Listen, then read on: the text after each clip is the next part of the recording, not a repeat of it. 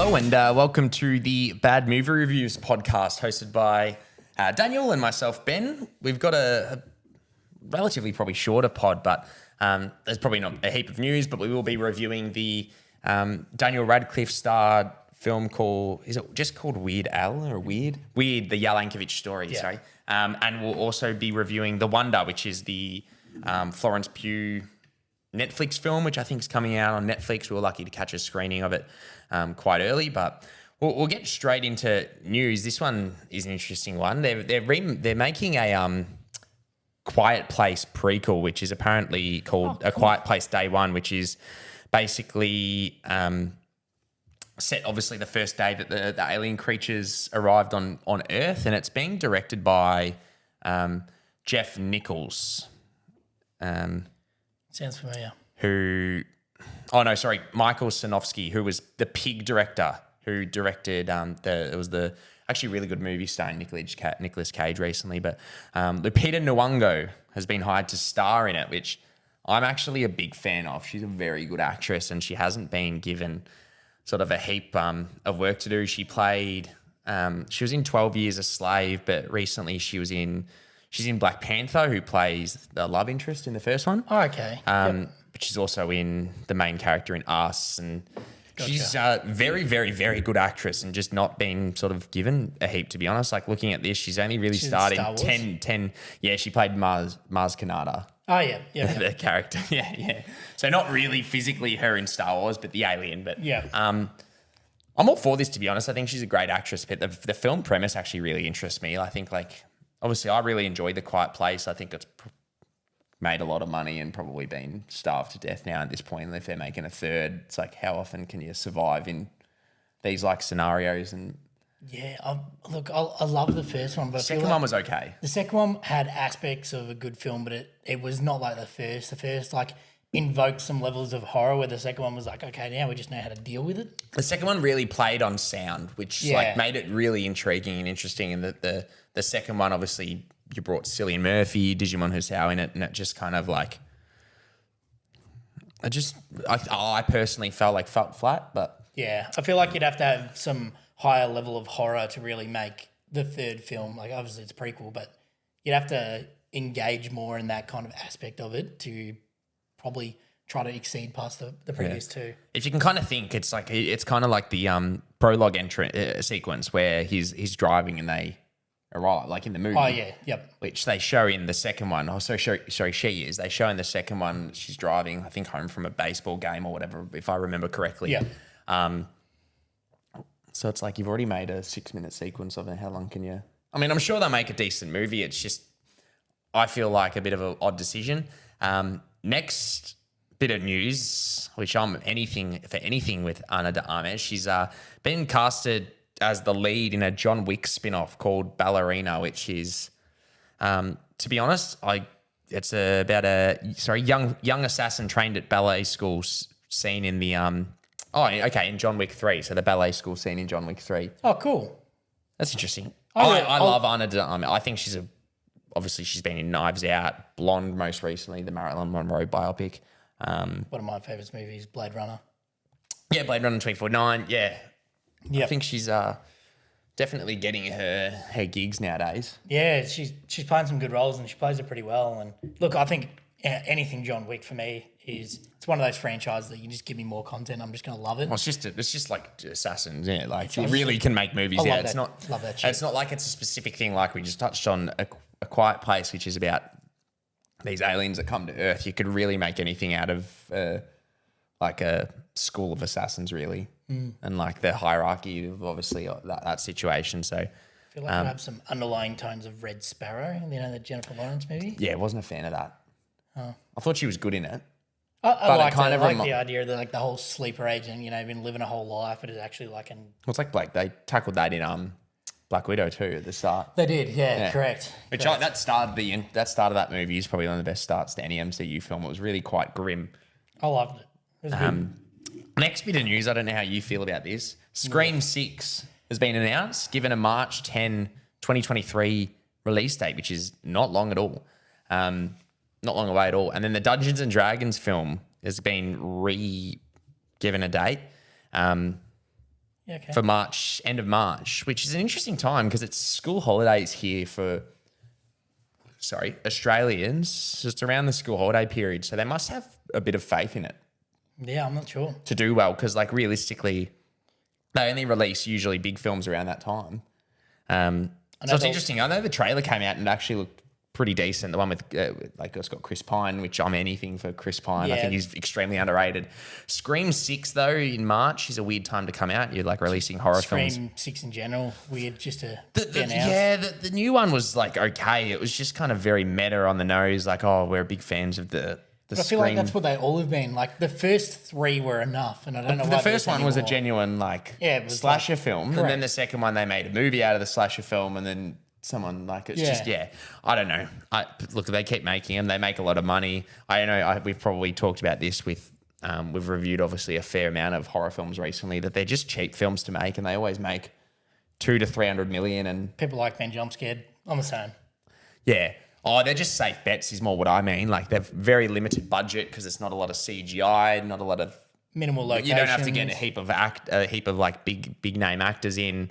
So, you make them for 20 to 30 mil and they make 300. So it's, 10, 10 times investment. This is an interesting one. Toho has announced a new Godzilla film to be released next year, which for anyone who doesn't know, Toho is about obviously the Japanese, comes out to be a Japanese style Godzilla film, which I'm all in for, to be honest. The Japanese Godzilla films are a lot better than the Australian one. Oh, not Australian ones, sorry, American ones. The OG ones were terrifying back in the day. Yeah, well, that's what I mean. Like, Japanese movies generally have a way of Like, Godzilla was creating a a little bit of horror, creep. but it nearly became an action with kind of the current Western take on the recent films. Yeah, I know they're making. So that's interesting. I think it means 2 Godzilla films come out next year because there's the Godzilla v Kong 2, I think, being made, and then the Toho one, which... When's Pinocchio come out? The stop animation one. Yeah, sorry, you just reminded me of 2 films in the same year. I'm like, we got Pinocchio and then we got another Pinocchio. It's a month away, I think. Oh, cool. I think it comes out. Actually, there's screenings at the theatre near us that plays the Netflix films in like 2 weeks. Oh, because they do it early. I love stop motion, big fan. Sorry, Of that, but yeah, interesting. I'm all for that, to be honest. This one's actually quite interesting. So obviously we chatted it last week about David Zaslav taking over the kind of Kevin Feige type role within Warner Bros. With the DC and situation, but he's come out and basically said that he wants to focus on franchises, which kind of pisses me off, to be honest. Warner Bros. Have such a rich history, and if you look at all the films they've made, you've got obviously Wizard of Oz, but Lawrence of Arabia, like just genuine classics. They're always the kings of making original movies in a way. But now they've come out and basically said, they want to have a real focus on franchise. This quote, and this is a quote that I give, is a really funny quote. He basically says, we haven't had a Superman movie in 13 years. We haven't had a Harry Potter movie in 15 years, which for anyone who doesn't know, Fantastic Beasts came out literally a year ago. I don't know if he means connected universe or Superman, but even then, Man of Steel was 10... was that... Man of Steel was a while back. Man of Steel, 2013?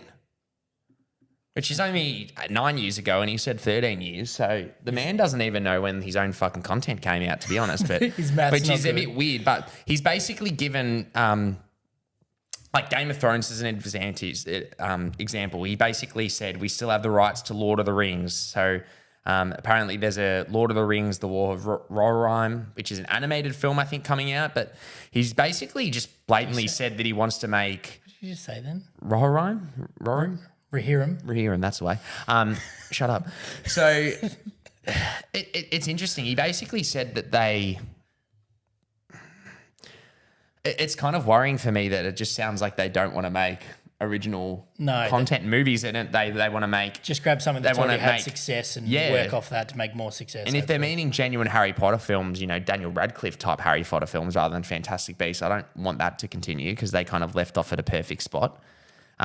I'm nearly okay for a remake. I've actually thought about this for a while, and I feel like it'd bug me, but at the same time... You can't touch it. It's like, bro, if they remade Lord of the Rings, you'd be so annoyed. First one started production in like 99 to 2000. Came out 2001, same year as Fellowship of the Ring. I'm just saying, like, we're at a point. I'd love a remake of Lord of the Rings, only because, I love it more than anything else. For a fact that they would shit on it. Probably. Like you're right. make original content, or like at least in the universe, Harry Potter has such an expanded universe that you could make anything out of it. It's like what I just said, like John Wick. You've got obviously the assassin, but like I understand wanting to touch it, but it's just worrying in terms of originality. He's kind of just went, we have Lord of the Rings, we have Star Wars, not Star Wars, sorry, we have Superman, so DC, we have Harry Potter.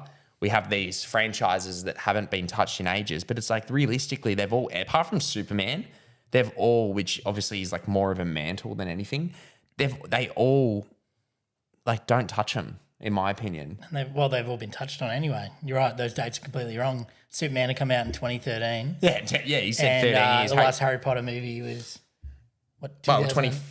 19? No, I was working at this current job. Harry Potter. I'm thinking. You're thinking Fantastic Beasts came out in 2000. He was correct with Harry Potter. That was 2011, which is only 12 years, so not 15 years either. So, just use the universe then. I don't care. Like, just don't do the same stuff. Like, don't use Harry Potter again. That's what I like about the video game is that they've just is like, okay, we're just going to we're just going to use that universe and we're going to take 300 years off it. So before everything, and then just like start there. Or you know what? Just literally make good original movies. Yeah. Or make good movies with what you have, which they haven't done. No. Their two films this year were very okay. Black Adam and Don't Worry, Darling. Like, both enjoyable, but both okay. It's like at the end of the day, you pay talent. I think it came out the other day that they've lost $3.2 billion just this quarter alone, which is a ridiculous fucking amount of money. A few bucks here and there, isn't it? Yeah. The other one, bit of news, last one. The Russo brothers have basically come out and said that for anyone who doesn't know, they're the directors of like Avengers Infinity War, and they've got a live action Hercules coming out, which they actually spoke on, and they basically just pretty much said that they're going to make the film essentially like a musical as like TikTok is. I can't remember the exact quote, but they basically referenced TikTok and said, kids nowadays, musical-wise, are linked to TikTok. So in other words, the movie's actually going to star Hercules and the princess lady, and they're basically just going to sing each other and do dance moves the whole film. Was it going to have Hercules played by Noah Beck or something like that, is it? I'd be all for it. Noah Beck's a star. God, no. Jesus. No, but it's an interesting one. I don't know where possibly they got this idea. Hercules is actually one of my most underrated Disney animated films. And they basically have said they're going to make a TikTok-inspired Hercules. So whatever the fuck there's it's a trend. It's a trend. They do it all the time with like the muscle dancing things. It's usually like guys and girls showing off their muscles. I've seen adaptions of this on TikTok. Big and strong. I know what you mean, but I think what they're more meaning is like they've basically said they don't have. Here's an actual quote. So the Russo brothers have said, "I've got 4 kids, so I can identify Gen Z's habits pretty accurately. They don't have the same emotional connection to watching things in theater. They observe things on their phone. So there are questions about how you translate to a musical. So they've been TikTok trained." So they're pushing the boundaries in how you can execute a modern musical. So as I said before, whatever the fuck that means, who knows? But short, like 15-second bursts. Yeah, I don't know. It genuinely confuses me. Yeah, like I'm actually baffled. I'd rather a Vine movie. I think they should probably just stick to producing films and directing Marvel movies, and that's it. Because the last film they directed is one of the biggest pieces of shit I've ever seen in my life. Great film called The Grey Man. Go watch that on Netflix. Other than that, that's kind of all we have news-wise. And Russo brothers aren't coming back to Marvel until at least 2030. They've announced they're not going to do anything. Yeah, so I just said they should probably stick to doing Marvel films, which they obviously aren't. So do that. So yeah, stay away from it all. Look, a bit shattered. I feel like they actually did all right in Marvel. They did great. They directed 3 of their best films. They directed Winter Soldier, Infinity War, and Endgame. Which is huge. Some of my favourite films. Well, Endgame I don't think was as good as Infinity War or Winter Soldier, but a very good blockbuster. It's a pretty hard feat to do that. But, Yeah. I don't know. Who knows? Fair enough. Other than that, news-wise, it's been a pretty stark week. So we'll move on to might have enough time for one review before we get into our next one. Do we? Which would be The Wonder. Oh, yeah. Yeah. Which, for anyone who doesn't know, is a film starring Florence Pugh, set in the Irish countryside. And basically, she's a nurse, and there's a 9-year-old girl who basically hasn't eaten for 4 months and is surviving. So she's been sent by the local chapel, or cult in a way, cult to basically go check on her and see how she is surviving. But what were your... And to watch. And just watch the for a month, wasn't it? 2 weeks, 14 days. 14 days, that's it. Yeah, just watching her, seeing if she was eating or what it was. I really liked the film. I wasn't sure what kind of direction if it was going to go in, whether it be kind of follow some magic kind of mystical thing, go on to like religion and kind of the magic and, those kind of aspects, or if it was going to be like something legitimate, or if she was like kind a of psychological drama. I wasn't sure on kind of its overall direction, but I enjoyed the film. I actually thought the casting was very good for everything. Florence Pugh, I know we touch on it every single time we talk about her. Best current working actress out there. I think she'd be top 3, top 5. Yeah. She's Kate. You've got Kate Blanchett and Jennifer Lawrence, I think, and yeah, there's still a few. Yeah, but she out of her skin. I think out of her last 5 films, she's been nominated for an Academy Award. Like we touched on this in Don't Worry, Darling. Like she has an ability to act with just her face, like not words. Like she just displays emotions, and she's still unbelievable in this film. I don't think it's the best film I've ever seen. No, like it's an enjoyable. I don't even know if it's an interesting movie. It's a very good movie. Like scenery, beautiful, directed really well, acting's really well. It's just a good watch, really. I know it comes out on Netflix, I think, in a couple of weeks' time. We were lucky to see it early, but yeah, it was just a good movie. I wouldn't necessarily rave home about it and be like, this, you have to see this. It was just a good, I guess, character drama. Yeah, I really liked the role that she played in it. It was actually good. I know she's played a fair variety of different positions and things like that and characters, but I felt like this was what I wasn't expecting from her, and she delivered on that quite well to actually be kind of perceived as an older, kind of like fierce, 1900s gentleman lady in the, Irish days or whatever, and she was a tough-ass nurse from England, and I loved it. I thought she played that well. No, I thought it was really good, and I'm the leader of the Florence Pugh cult, and I would die for her. Let's put it that way. I think she is to die. No, genuinely one of my favourite working actresses, along with Margot Robbie at the moment. Everything I see them both in, and I know I've got Babylon coming up later, but I think she's a force to be reckoned with, and the fact that she's literally my age makes me sick. Like I think she's 26, 27. God, what am I doing with my life, brother? Well, yeah, correct. 26, yeah, she's genuinely my age. So she's younger than me. 9 months older than me. She's born in January. So, yeah, you're a year older than her. Yeah, January a year later. And she's an Academy Award nominated actress. What are you doing? Yeah, I'm sure you could. No, definitely worth a watch. As I said, it comes out on Netflix. So whether you're not doing anything and you want to watch a good character drama that is interesting and watch that unfold, definitely recommend. We might take a quick break and then we'll come back at you with the review of Weird, the Yankovic story. Don't know if I butchered that, but yeah, we'll come back with you in a sec. Easy, and thank you for hanging around. We'll review. Don't know what just happened to my voice. We'll review the Daniel Radcliffe Weird Al Yankovic story movie. Don't know what just happened. Also, it's just a bit of a butcher after the break, but for anyone who doesn't know, it's a biopic about Weird Al Yankovic, really. Who, if anyone who doesn't know who that is, you're living under a rock. But he's a musician who basically just got famous by parodying other people's music and coming up with different words to the songs. What were your thoughts? It's an interesting film. So my thoughts on it. I enjoyed it, and I thought it was great. only because it was mindless, senseless humor, and sometimes a film, wants to deliver that, and that's exactly what it aimed for. It aimed to be an absolute piss take, and it delivered on that. And I thought Daniel Radcliffe was fantastic, great casting for the role. Would have also loved to see him maybe sing some of the songs, but look, it was a great time. It was what happened. I don't know. There was nothing to kind of rave on about when it comes to plot and story. It was an absolute piss take, but it was just a good time. Yeah.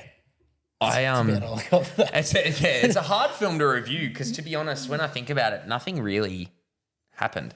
Some stuff did, but it's a very interesting film. I got to give respects to the cast here. Everyone was really, really good. Yeah. Daniel Radcliffe, massive respect. I think he's actually a very underrated actor. We've obviously seen him in Harry Potter, who was really good in, but he's kind of paved a way after his Harry Potter success by doing really sort of kind of small indie films and specific roles like Swiss Army Man, obviously this. Escape from Pretoria. Whatever the fuck that is. Oh, good movie. I've never seen it. I think my parents actually watched it and told me to watch it. I've never heard of it. But is it a Netflix film? No idea. Yeah, okay, fair. Good chat. No, so I actually got to respect, like, he actually buffed up for this role. He was massive. Which, like, Weird Al Yankovic is kind of not really built, but, like, I thought he had a bit of love, to be honest. Now he does, but, like, back in the day, if you look him up, like, he was pretty... Yeah, right. But Daniel Radcliffe's very, like, Well, relatively skinny. Yeah, like he built himself up, but he was actually really good in this. The weird thing is I got to respect it because obviously the person who Weird Al Yankovic is, he parodied everyone else's song, and this movie is very much a parody of other biopics. Yep. It takes the ropes of biopics. You've got like the family who fucking hate their kid. Their situation where they're a musician and they go do coke and fucking sleep with women and but they kind of just take the piss out of it. It's genuinely like you're getting trolled the whole movie. Like, and I'm pretty sure they've come out and said not much of it is real as well. So it's like, it's a funny... I can't imagine any of it. But I know, right? Like, genuinely, seriously, it is actually one of the funniest films I've seen this year.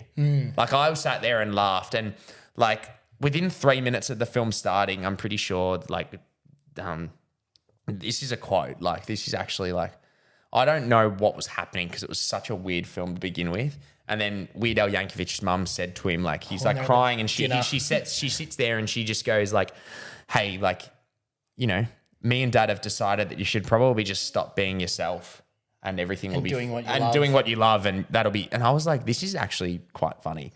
So like, and you could quite easily pick up after that onwards. It's just going to be a genuine piss take, but.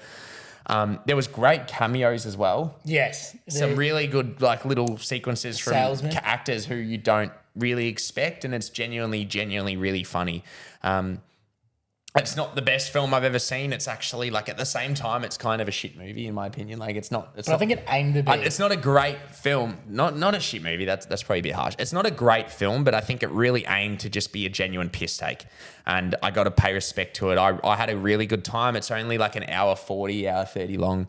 It's actually not long, but it's just a very fun time. It's just very, very enjoyable. Sit there, mindless entertainment, as you say.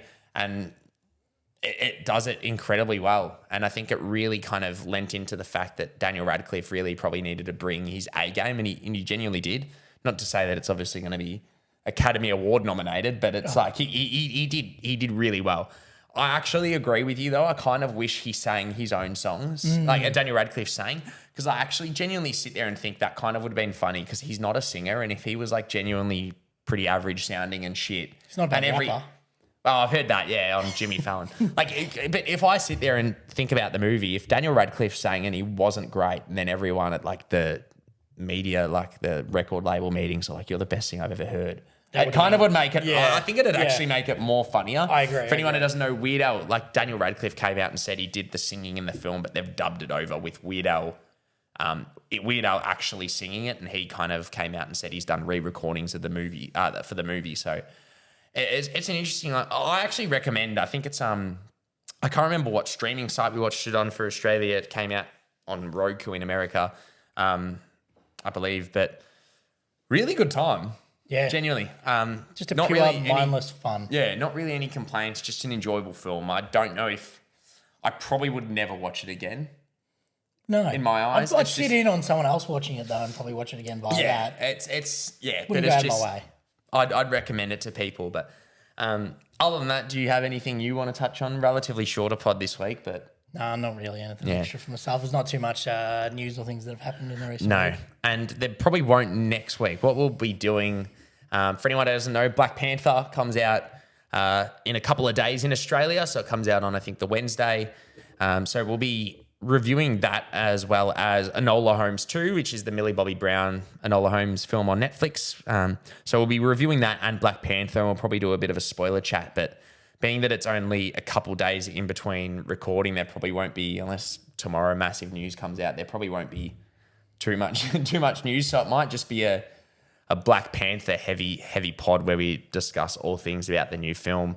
Go into depth with spoilers and run through that. Yeah. Sounds So good. other than that, catch us next week. We'll be doing a pretty in-depth review, which is a film we're both heavily looking forward to. So other than that, that's kind of all we have for this week. So we'll catch you in probably a couple of days. But other than that, you can catch us on all podcasting platforms: Spotify, Apple Podcasts, Google, and obviously Visual Aspect on YouTube. But other than that, thanks for listening, and we'll catch you next week. Thanks, guys.